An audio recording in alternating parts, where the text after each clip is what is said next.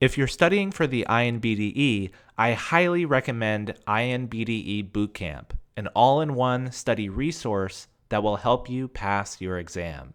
Use coupon code MENTALDENTAL for 10% off. Welcome back to Mental Dental. I'm Dr. Ryan, and this is the third and final video in our communication series. Communication is key in any profession, but in dentistry, how we interact with our colleagues, whether they're general dentists or specialists, can impact patient care, referrals, and even our professional reputation. In this video, we'll talk about how to communicate effectively with other dentists and specialists. So number one, professionalism first. Above all, be professional. Everyone makes mistakes, and no one is perfect, including you and me. So if a colleague makes an error, don't hold it against them or talk down to them for it. For starters, we weren't there at that appointment, so we don't know the full story. Maybe the patient couldn't open their mouth all the way, or they had specific demands or constraints, and that led to a compromised margin on a composite restoration.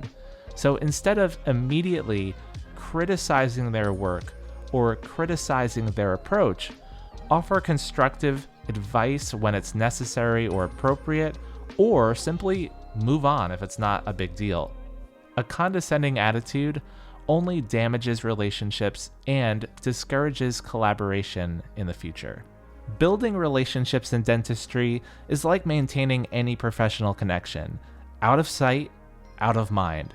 If you never interact with a colleague, you'll fall off their radar and they'll probably forget about you when a referral opportunity arises. However, on the flip side, constantly bothering them can be annoying too. So the key is to find a balance. Occasional check-ins, thoughtful gestures, or casual meetings work better than persistent, pushy interactions. One of the best ways to gauge compatibility with another dentist is to have coffee or lunch together.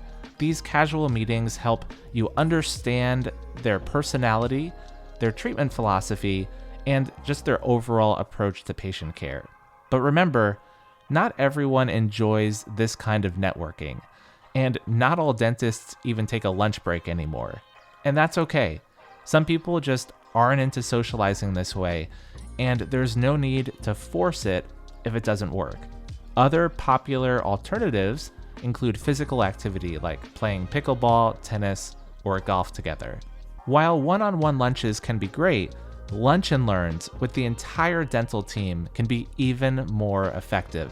It's not just about finding common ground personally, it's about showing what you can do for their patients.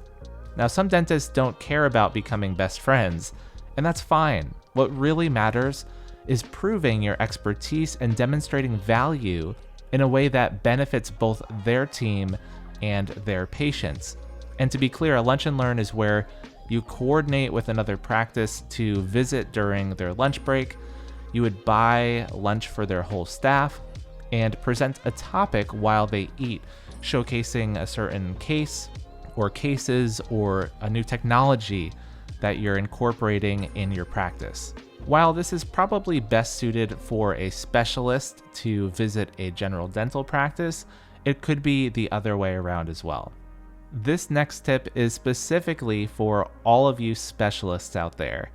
As an orthodontist myself, I've had many general dentists ask for my help on simple aligner cases or minor relapse cases, and some orthodontists refuse, get frustrated, or even resent these type of requests.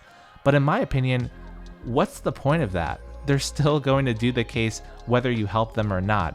So if you offer guidance, you at least build goodwill and a collaborative relationship with that person. And if you refuse, they'll just find someone else who is friendlier and more willing to work with them. Joining a study club like a Seattle Study Club is an excellent way to build relationships with colleagues while advancing your clinical skills. These groups provide a structured yet informal setting to discuss cases, new techniques, and challenges in patient care. Regular meetings allow you to consistently connect with the same group of dentists and specialists fostering trust and collaboration over time. Plus, being part of a study club positions you as an engaged and knowledgeable practitioner, making colleagues even more likely to refer patients to you. Effective communication with colleagues isn't about being everyone's best friend. It's about professionalism, balance, and collaboration. Treat others with respect, stay on their radar without being too overbearing, and look for opportunities to help rather than compete. This not only builds strong professional relationships, but also improves patient care in the long run. If you found this video helpful, make sure to like, subscribe, and check out the other videos in this series on communication on my YouTube channel. Thanks so much for watching, and I'll see you next time. God bless.